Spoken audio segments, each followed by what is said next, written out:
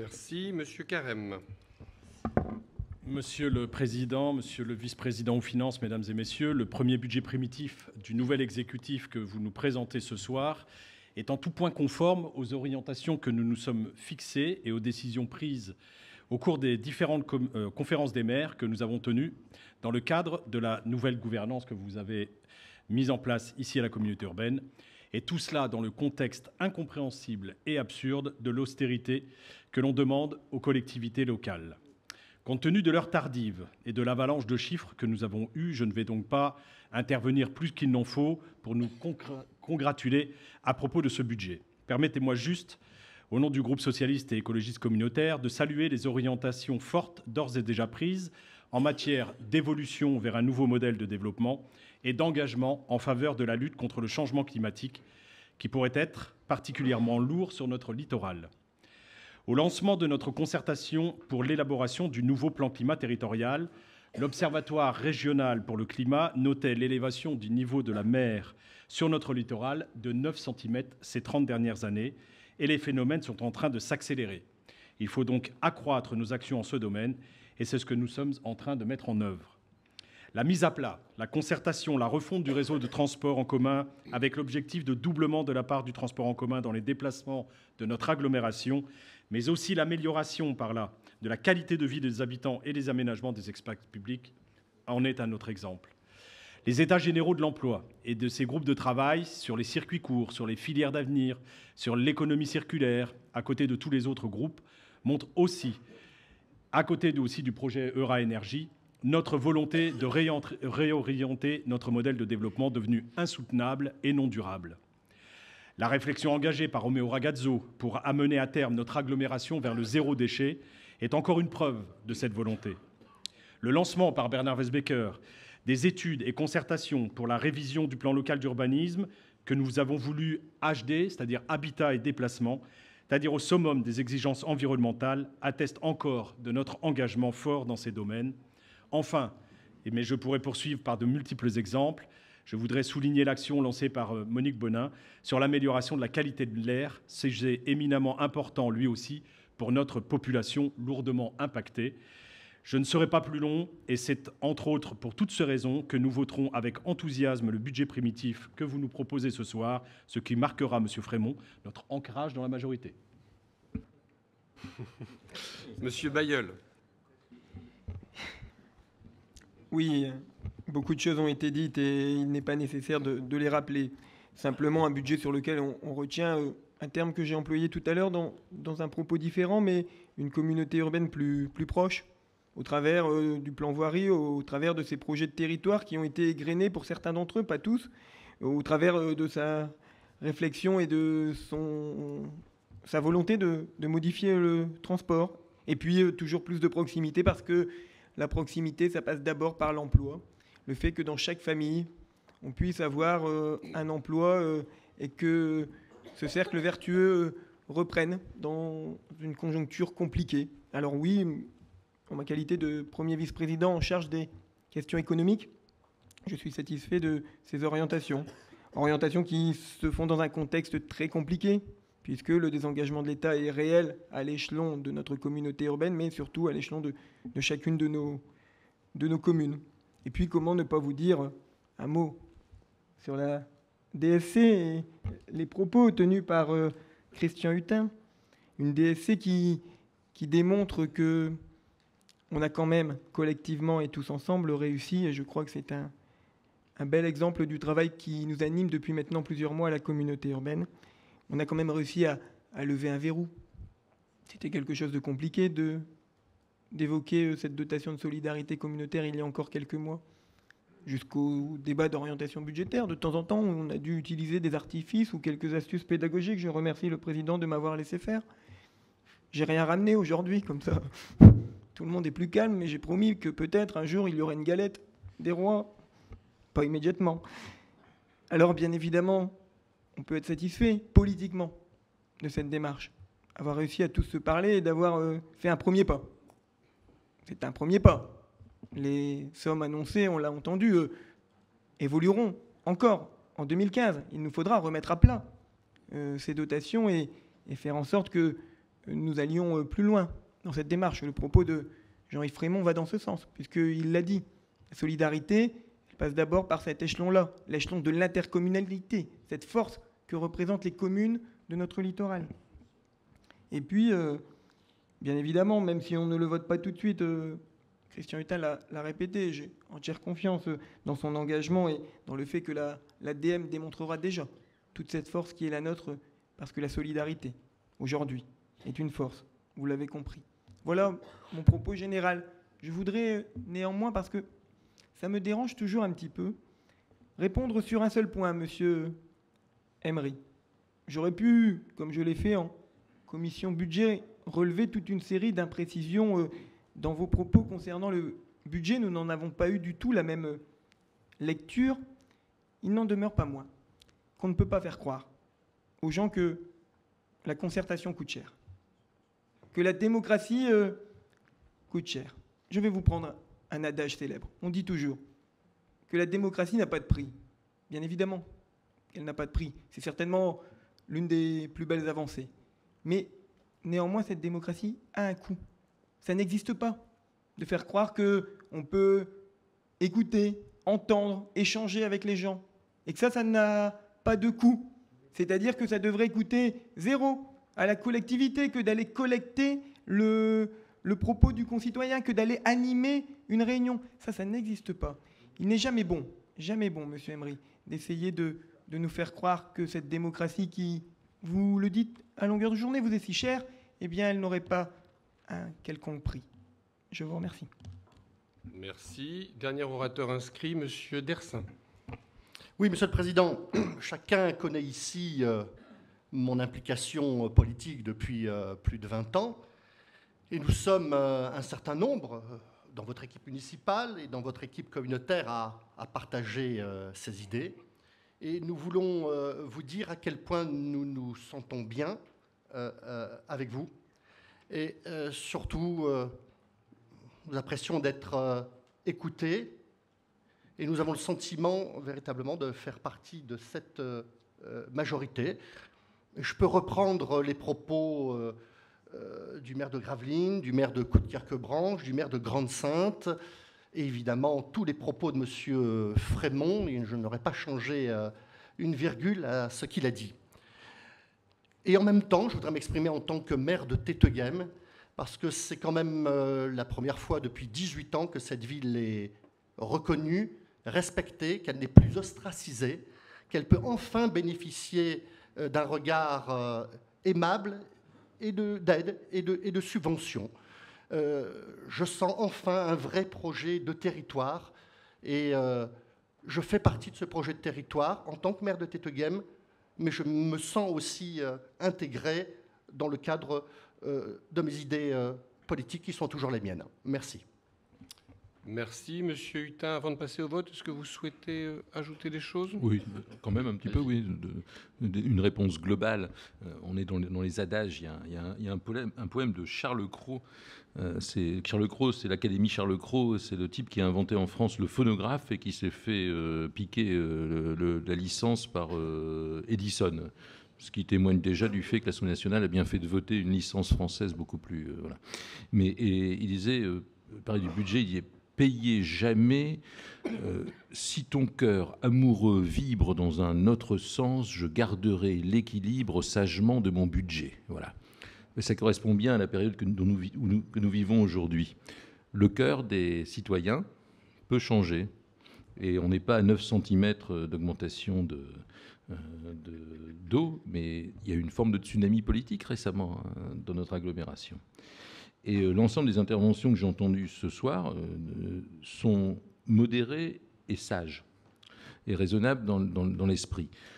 On parle d'un certain nombre de dépenses qui sont inhérentes à la halle au sucre, qui sont inhérentes au Learning Center, qui sont inhérentes à des décisions qui ont été prises précédemment, des décisions qui sont d'ailleurs collectives. Je crois que la halle au sucre, Monsieur le Président s'en était occupé à une époque également, et c'était un projet sur lequel il avait travaillé.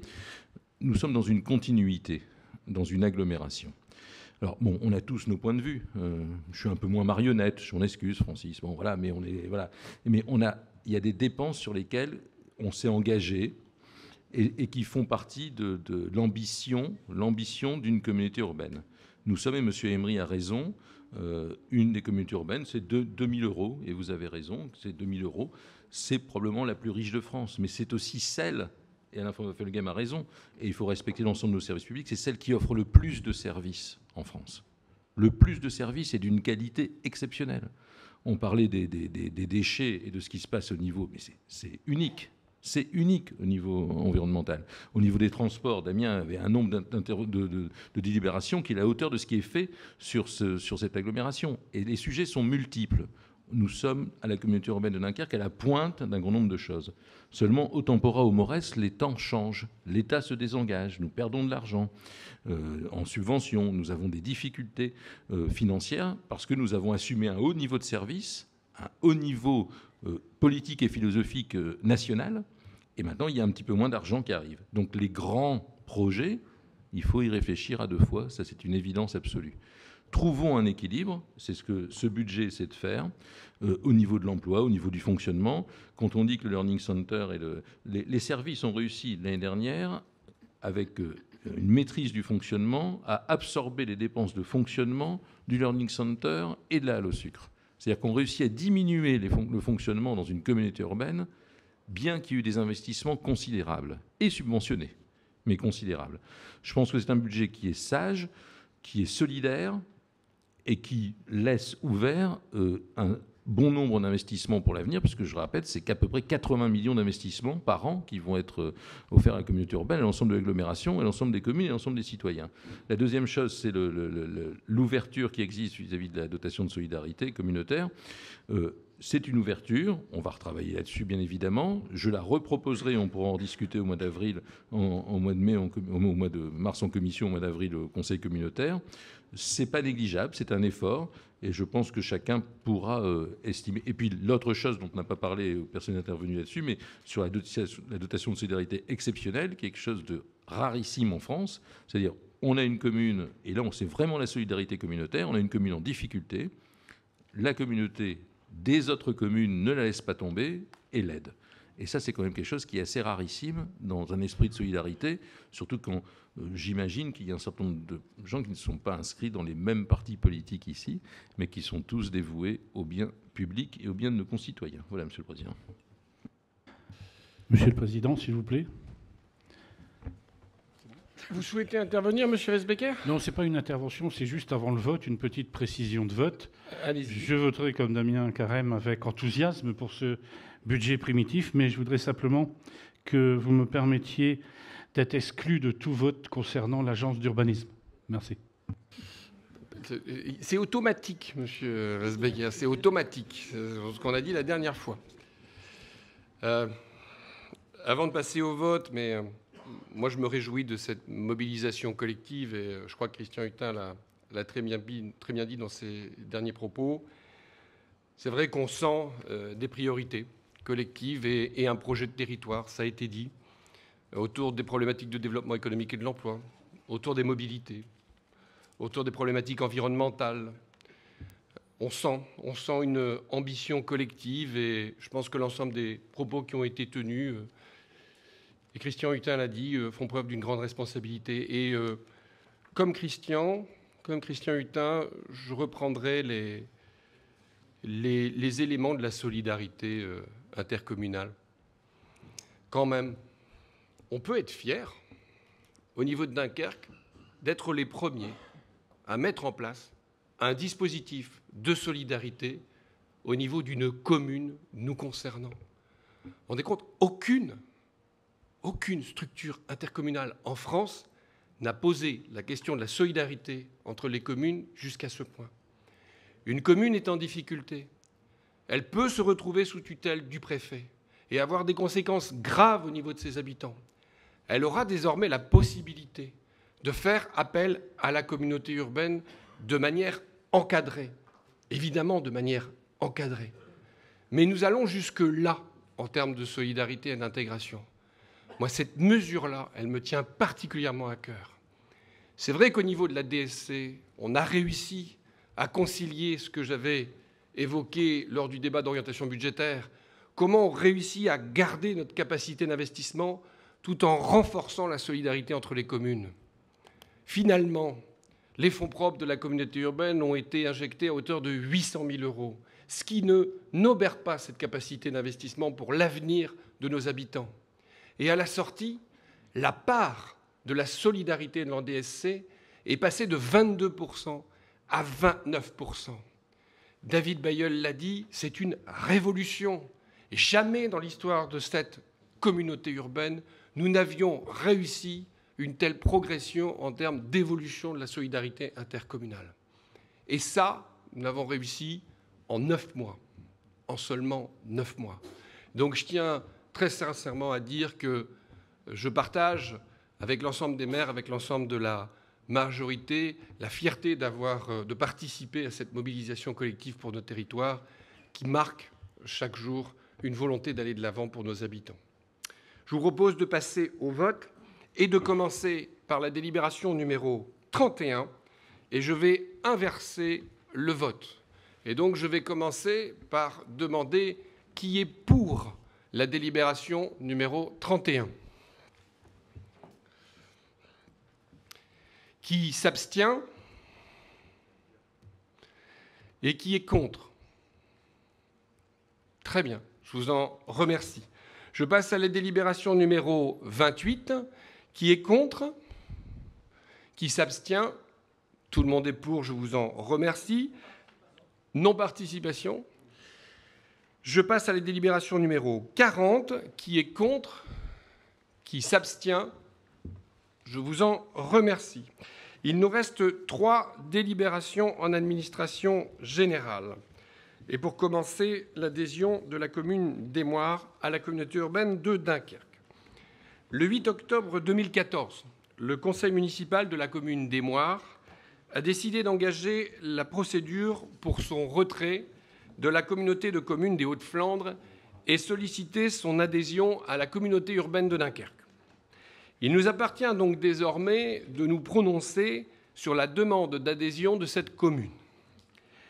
Il est proposé de répondre favorablement à cette demande, et c'est ce que je vous propose, étant précisé que l'adhésion nécessitera préalablement un avis de la commission départementale de coopération intercommunale et un arrêté préfectoral, c'est-à-dire que nous sommes encore loin de la procédure d'adhésion. Par ailleurs, en cas d'adhésion effective d'une nouvelle commune entre 2 renouvellements généraux des conseils municipaux, l'article L. 5211-6-2 du Code général des collectivités territoriales dispose qu'il doit être procédé à une nouvelle détermination du nombre et de la répartition des sièges de conseillers communautaires. En l'espèce, et sous réserve de l'approbation des conseils municipaux, il est proposé de reconduire les principes fixés par délibération du Conseil de communauté du 13 juin 2013. Je vous rappelle que la commune d'Émoire avait déjà sollicité son adhésion au cours du mandat précédent.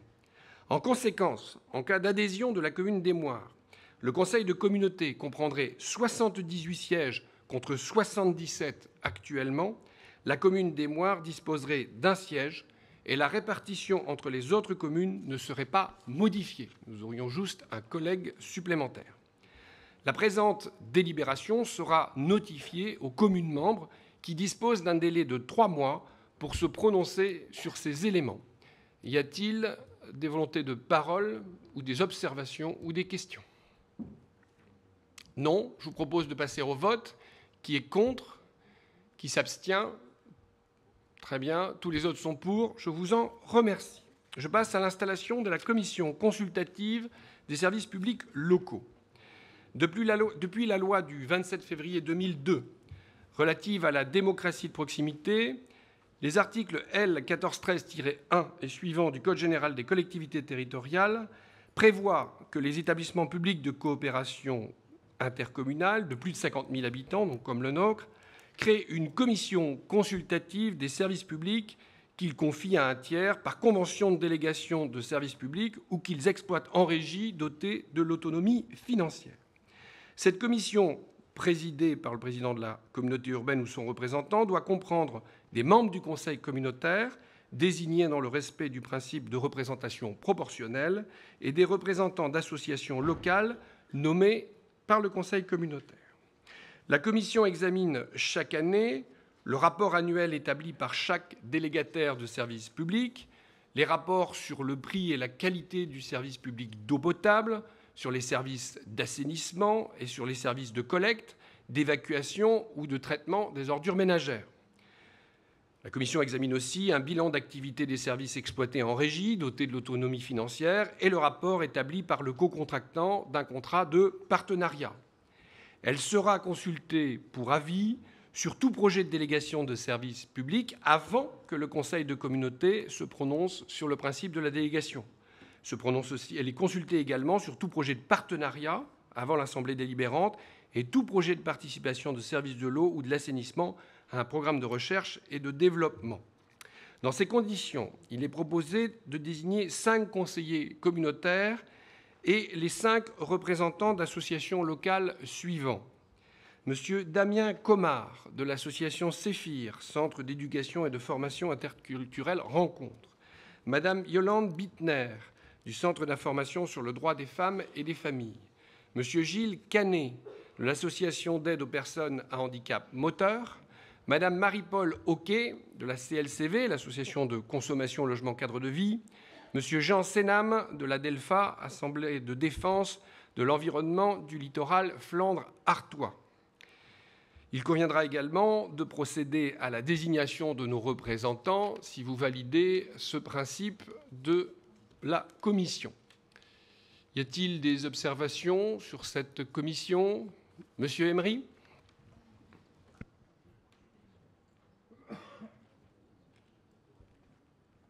Oui, donc sur le principe de cette commission, il y aura forcément une approbation puisque c'est une disposition légale. Il y aura un vote contre en fonction de ce qui est pour nous un manque de représentativité des personnes choisies. Et si on devait voter en division sur la désignation des représentants de la communauté urbaine, vous voudrez bien noter une non-participation, comme nous aurions dû le dire lorsqu'il a été voté. Je pense que c'est M. Darcourt qui a été élu, mais d'une manière générale, pour le mandat, une non-participation lorsque vous désignez un certain nombre de représentants au sein de votre majorité. Merci. Je propose de passer au vote sur le principe et la désignation des membres qualifiés. Qui est contre? Donc c'est non-participation, hein, j'ai entendu. Qui s'abstient? Tout le monde est pour, merci. Donc il reste à désigner nos représentants du Conseil communautaire. S'agissant d'une représentation à la proportionnelle, je rappelle qu'il s'agit d'un scrutin de liste.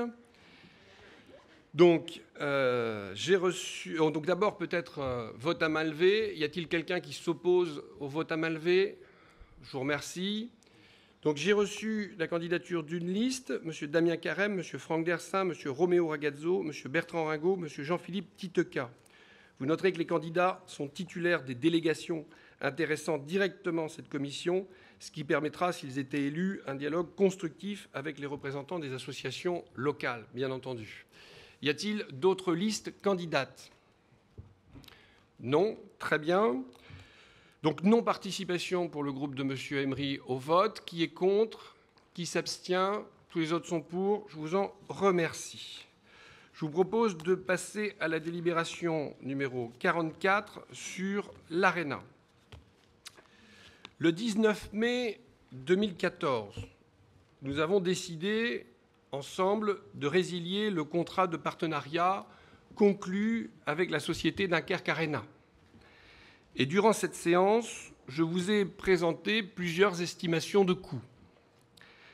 Celui du projet Arena, celui des pénalités de retard accumulées au mandat précédent et celui de la résiliation. Je souhaiterais ce soir revenir sur les chiffres que je vous avais alors annoncés pour les comparer à ceux proposés dans le protocole d'accord qui vous est soumis aujourd'hui pour clore définitivement ce dossier. Je commencerai tout d'abord par les pénalités de retard. 4 périodes de suspension du contrat antérieures à la décision de résiliation sont en effet survenues durant l'exécution du contrat. Et ces périodes de suspension généraient légitimement des pénalités de retard imputables exclusivement à la gestion de ce projet au cours du mandat précédent. J'avais alors estimé ces pénalités de retard à 9,3 millions d'euros durant cette séance. Au final, la société Dunkerque Arena a réclamé un montant de 9 434 442 euros, auquel il faut ajouter les intérêts moratoires de 116 184 euros, soit au total 9 550 626 euros. On peut passer la diapo qui vous permet de voir le détail de ces pénalités de retard correspondant aux différentes périodes de suspension du contrat. Et vous avez donc ce chiffre de 9 550 626 euros. C'est donc le montant des pénalités de retard perdues par la collectivité au cours du mandat précédent. En clair, Arena ou pas Arena, cet argent était perdu et n'a correspondu à aucune plus-value pour la collectivité ou pour le projet. J'en viens maintenant au coût de la résiliation, c'est-à-dire le montant de l'indemnité de résiliation que j'avais situé en mai 2014 à environ 10 millions d'euros et pouvant aller jusqu'à 14,5 millions d'euros en fonction des incertitudes juridiques. Notre décision de résiliation, je le rappelle, était fondée sur la force majeure en raison des recours introduits contre le permis de construire de l'Arena, en particulier celui de l'Adelpha. Et comme nous pouvions l'imaginer, la société Dunkerque Arena a contesté le motif de résiliation invoqué, arguant du fait que cette décision ne relèverait pas de la force majeure, mais d'un motif d'intérêt général tiré de l'abandon du projet.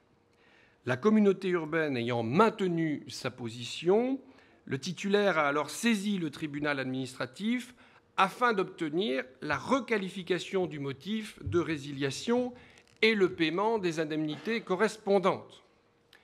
Des discussions ont alors été engagées avec le titulaire, permettant d'aboutir à un accord transactionnel conforme à notre attente. Après plusieurs réunions, un accord a en effet été trouvé sur une indemnité de résiliation d'un montant de 9 980 769 euros. On peut passer la diapositive qui détaille ces coûts, et le paiement d'intérêts moratoires d'un montant de 66 785 euros, soit au total 10 047 554 euros. Ce montant implique l'abandon de la demande du titulaire relative au manque à gagner et l'abandon d'une partie substantielle de sa réclamation au titre de la période de préavis. Le titulaire, et c'est important, s'engage également à renoncer à l'ensemble de ses recours. Le protocole transactionnel qui met un terme aux différends entre les parties et qui vous est présenté ce soir est donc parfaitement conforme aux chiffres que j'avais énoncés le 19 mai. Pour être parfaitement complet sur les coûts, il me reste à vous indiquer les dépenses directes engagées par la CUD dans le projet, ce qui n'apparaît pas dans l'accord transactionnel, bien entendu. Je les avais estimées à 14 millions d'euros le 19 mai. Aujourd'hui, nous savons, et on pourra passer la diapositive, la dernière diapositive, aujourd'hui nous savons qu'elles s'élèvent à 13 525 034 euros. Le coût de la résiliation de l'Arena est donc exactement celui que je vous avais annoncé le 19 mai. C'est bien une économie de 200 à 250 millions d'euros que nous avons réalisée en votant ce soir-là. Je vous remercie de votre attention. Y a-t-il des questions ou des observations ? Madame Croquet.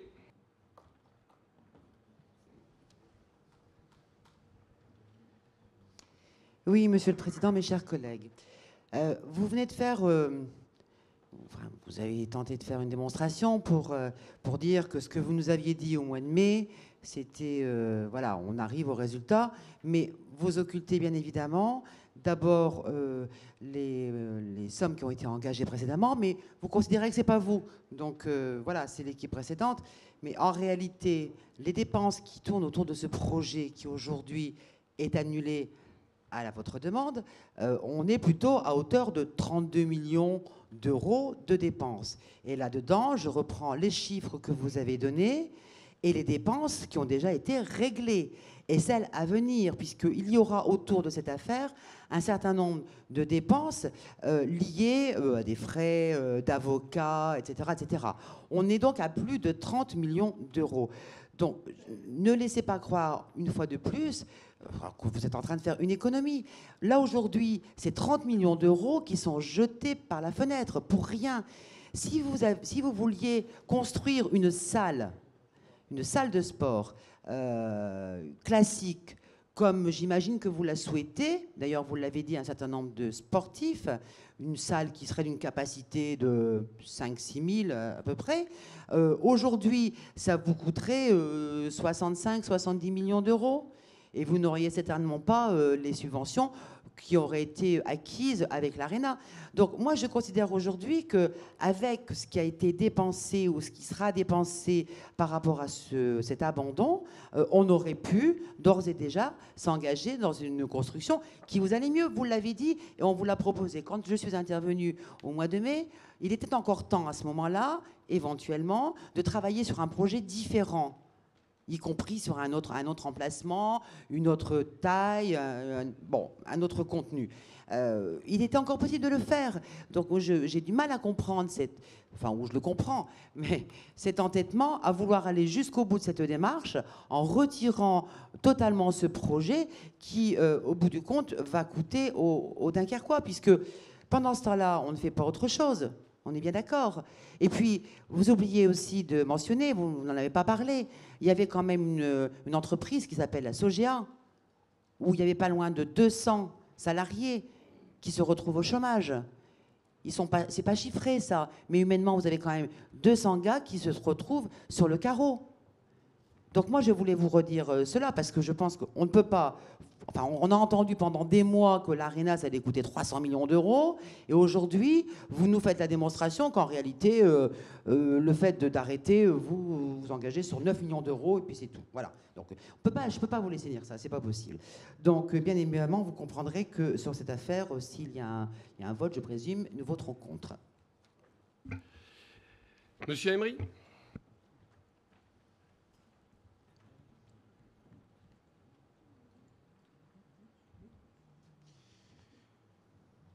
Oui, sur cette délibération et du moins dans la présentation que vous en avez faite et au ton de votre voix, on voit quelle importance vous vouliez lui accorder.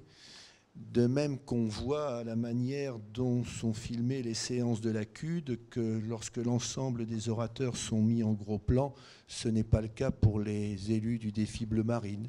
C'est un constat. Mettez un gros plan sur Monsieur Emery. C'est un constat, ça veut dire peut-être que les instructions ont été données en ce sens. Nous vous avons posé un certain nombre de questions. Nous vous avons posé un certain nombre de questions le 19 mai. Questions auxquelles il n'a toujours pas été apporté de réponse. Vous avez argué du fait que le permis de construire serait annulé. Nous vous avons demandé très simplement, est-ce que vous avez mis en cause les services de l'État pour cette instruction du permis de construire? Parce que si faute il y a, il faut bien se retourner contre ceux qui ont fait les fautes. De la même manière, dans les clauses légitimes, il y a un retard entre la signature du contrat de partenariat et la délivrance du permis, puisqu'il s'est passé 1 an, et que cette clause légitime relative au retard de l'obtention du permis de construire, qui est la clause numéro 1, est quand même une clause à 5 millions d'euros. Nous vous avons donc demandé très précisément de prendre toutes les précautions, de prendre toutes les actions qui étaient nécessaires pour défendre l'intérêt public, et à partir du moment où notre collectivité aurait à payer, de voir contre qui elle pouvait se retourner, à moins que les fautes qui sont avérées sont entièrement du fait de l'administration territoriale, mais je ne le crois pas, nous ne le croyons pas. Voilà les premières questions que nous vous avions posées, et il faut dire donc qu'au total, parce que vous avez présenté le projet en voulant faire la différence entre ce qui n'était pas de votre responsabilité, alors que tout au long de cette séance, vous avez, et d'autres vice-présidents ont bien mis en évidence la continuité du service public, la continuité de la représentation de la communauté urbaine, et que quand des dépenses sont engagées, il faut les assumer. C'est aussi comme ça que se juge un exécutif. Vous êtes comptable de ce qui s'est passé avant, comme nous sommes, nous tous, collectivement comptables de l'histoire de notre pays et de tout ce qui s'y est passé, que ce soit bien ou que ce soit mal.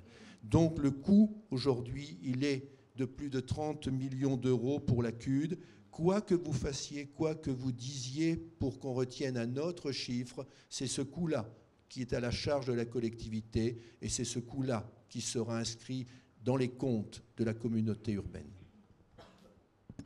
Monsieur Dersin. Oui, je ne parle pas pour avoir un gros plan, bien que je suis toujours d'accord. Ce dossier, je l'ai bien connu.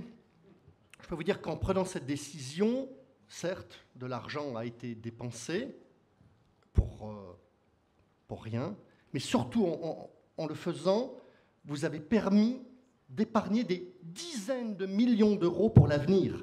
Des dizaines de millions d'euros qui iront directement dans les villes, pour les habitants, pour de vrais services publics, pourtant auxquels vous sembliez être attachés, monsieur et madame, dans votre déclaration tout à l'heure, sans compter les frais de fonctionnement. Il y avait deux projets en France de ce style. Il y avait celui de Dunkerque et il y avait celui d'Orléans. Orléans, ils se sont mis d'accord pour que ça ne se fasse pas. D'ailleurs, les plus grands opposants à l'aréna d'Orléans, c'était la gauche et le Parti socialiste à l'époque. Et vous dire qu'il était impossible juridiquement de le faire ailleurs. Impossible. Et ça, on peut parfaitement vous le prouver. Et il était impossible de passer une jauge de 10 000 à 7 000 parce que ça changeait complètement le fonctionnement de l'aréna. Impossible. Je connais parfaitement ce dossier. Et je peux vous dire aussi que toutes les grandes enceintes sportives qui sont construites actuellement, qui l'ont été, le MMA Arena, qui est une faillite incroyable pour la communauté urbaine du Mans, mais également les grands stades qui aujourd'hui fonctionnent, peuvent être des éléments d'animation intéressants, mais sont tous déficitaires. Voilà ce que je voulais vous dire. Merci. Plus d'autres observations?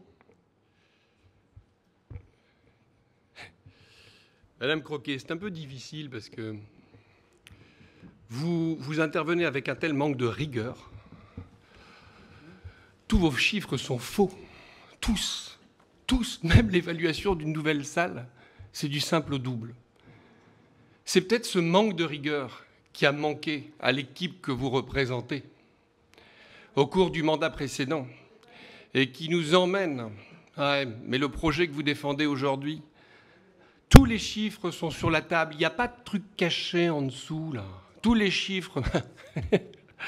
Mais sortez-les au lieu de donner des chiffres comme ça. Allez-y, j'ai exprimé des chiffres à l'euro près. Rien, il n'y a rien dans ce que vous avez dit. Tout est faux, même l'évaluation d'une nouvelle salle, c'est faux.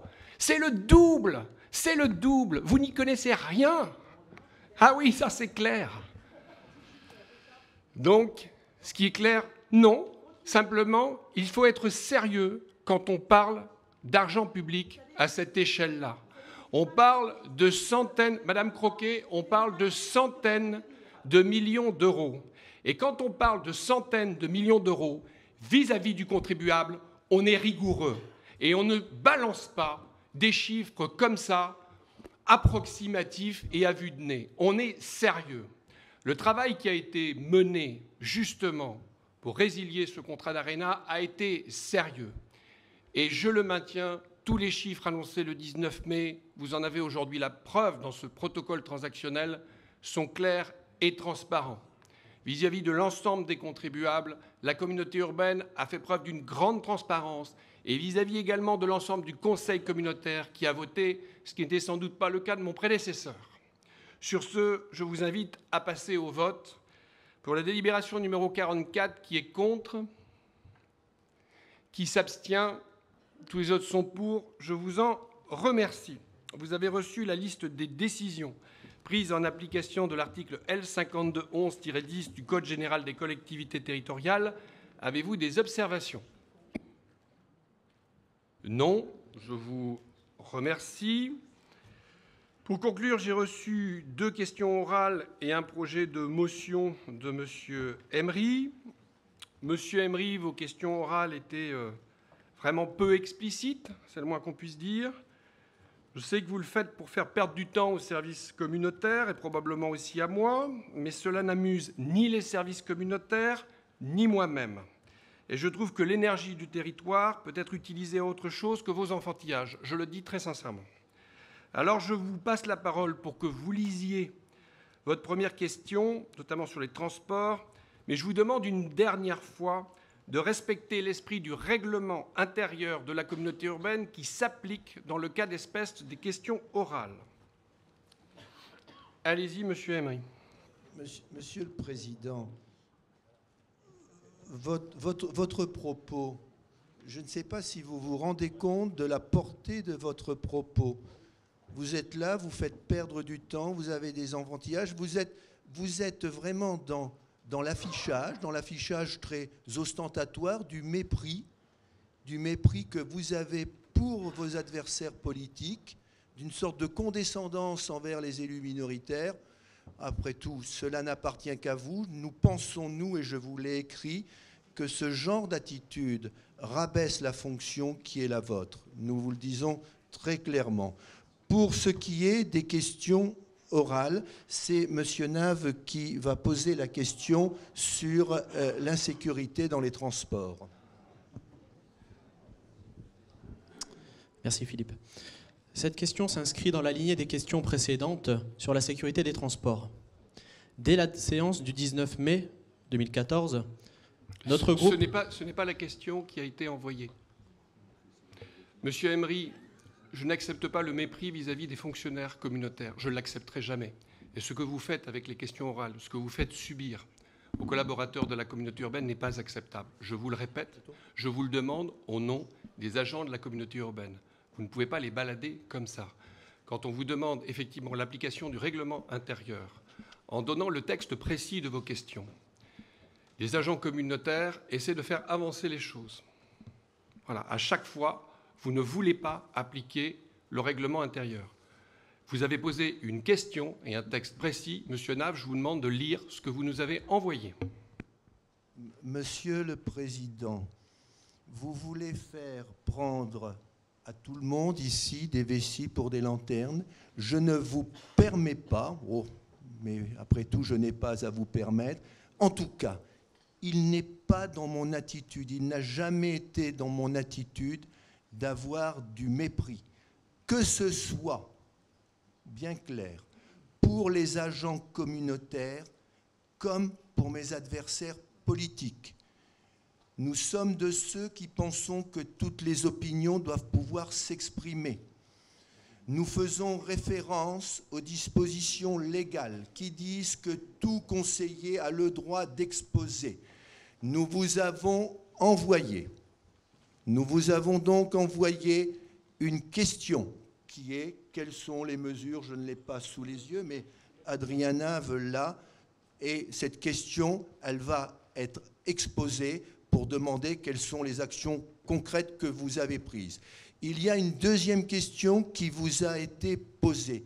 Et cette question va être retirée tout simplement parce que, Monsieur le Président, dans votre propos liminaire, vous avez dit ce qu'il en était des négociations ou des perspectives avec Europipe en mars 2015, avec Ajinomoto sur le flou de la reprise en mars 2015. Vous nous avez dit que vous avez été en négociation et que vous suivez avec SRD. Vous avez donc concrètement, dans votre propos liminaire, répondu aux questions que nous vous avons posées dès le 24 novembre. Donc notre but n'est pas de poser des questions uniquement pour parler, notre but c'est d'obtenir des réponses.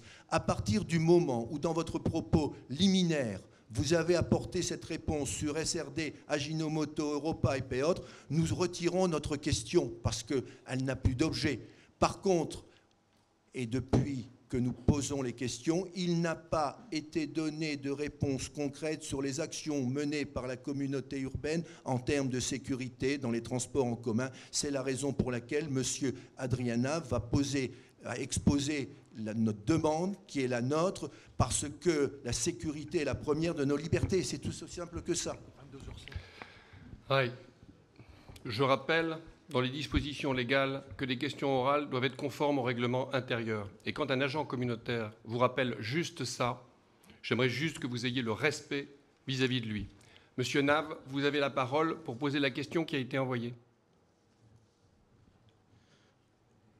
Quand on regarde les dispositions légales du CGCT et qu'on regarde ensuite... Monsieur Nave, vous posez votre question. Et qu'on regarde ensuite le règlement intérieur de la communauté urbaine de Dunkerque, il n'est pas écrit que la question qui doit être exposée est celle envoyée au service. Exactement, si.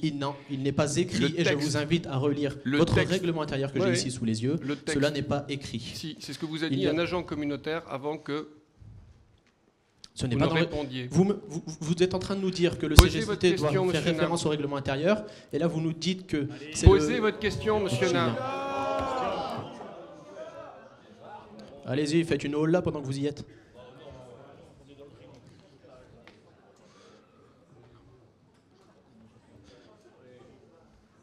Posez votre question, monsieur Nave.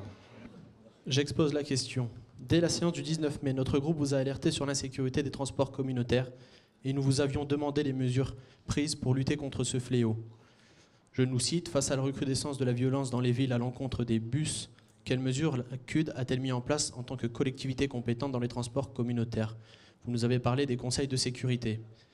6 mois plus tard, en novembre, à l'occasion d'une nouvelle question, nous vous demandons les analyses faites, les réponses évoquées et les actions mises en œuvre à la suite de ce conseil de sécurité. Nous vous demandions également si vous envisagiez la mise en place d'une police des transports comme il existe une police ferroviaire pour lutter contre ces dégradations. Nous n'avons pas eu de réponse à ces questions et vous avez détourné un peu la réponse qui ne répondait pas du tout à ces deux questions. Mais nous sommes d'une nature persévérante et nous savons que le principe de réalité finit toujours par l'emporter. Récemment, ce n'est plus avec des cailloux, mais avec des armes à feu que les bus sont attaqués. Nous reposons donc notre question. Envisagez-vous de mettre en place une police des transports dans les transports communautaires? Et si vous pouvez nous dire concrètement les mesures qui sont mises en place et qui sont prises par les conseils de sécurité. Merci. Totalement en dehors des clous du règlement intérieur. Monsieur Carême, vous souhaitez répondre ? Si la question est dans la lignée des questions précédentes, ma réponse sera dans la lignée des réponses précédentes.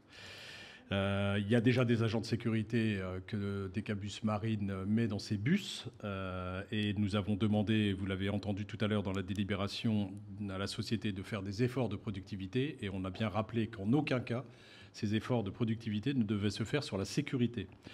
Et si vous avez entendu le président, dans son propos liminaire, parler des sociétés, il a aussi évoqué ce problème de droit de retrait que les syndicats ont mené la semaine dernière. Et je vais reprendre sa réponse. Comme nous avons déjà eu l'occasion de l'évoquer dans les différents CLSPD dédié à ce thème ces derniers mois. Nous avons aussi parlé de la sécurité dans les bus. J'ai demandé à la STDE de hiérarchiser une liste d'actions à mettre en œuvre pour renforcer la sécurité des chauffeurs et des usagers. Ça peut aller de l'éclairage public des arrêts à la politique de prévention.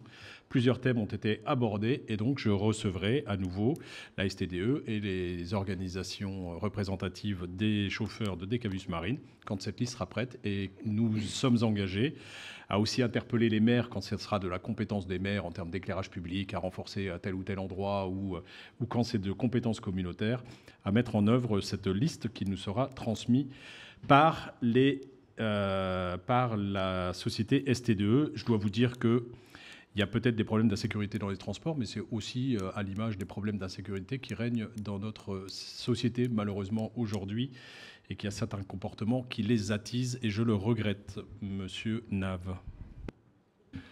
Très bien. Monsieur Emery, vous avez également déposé un projet de motion que les conseillers communautaires ont sur table et qu'ils ont déjà eu d'ailleurs lors du conseil précédent, à quelques mots près pour essayer de faire plus local.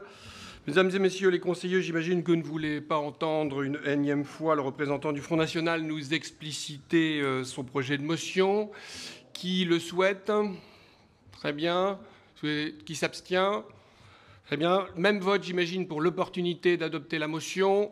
Très bien. Il me reste à lever la séance en vous souhaitant d'excellentes fêtes de fin d'année.